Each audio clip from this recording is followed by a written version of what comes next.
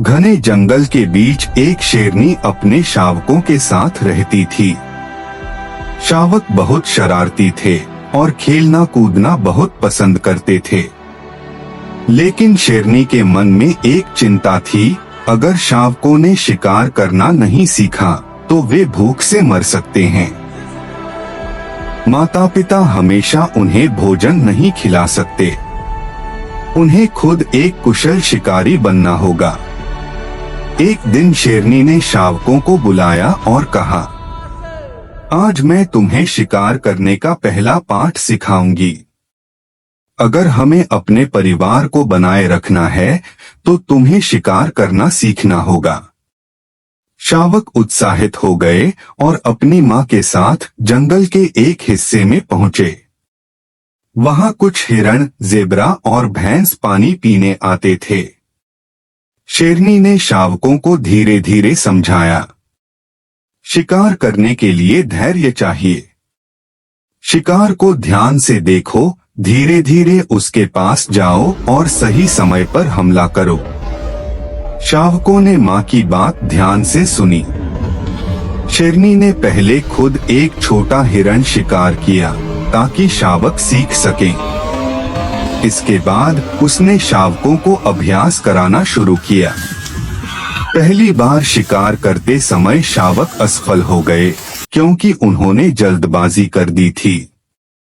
शेरनी ने समझाया, शिकार में शक्ति ही नहीं, धैर्य और रणनीति भी जरूरी है।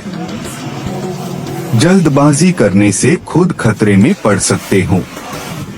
फिर एक शावक ने धैर्य दिखाया, लेकिन छलांग लगाते समय फिसल गया।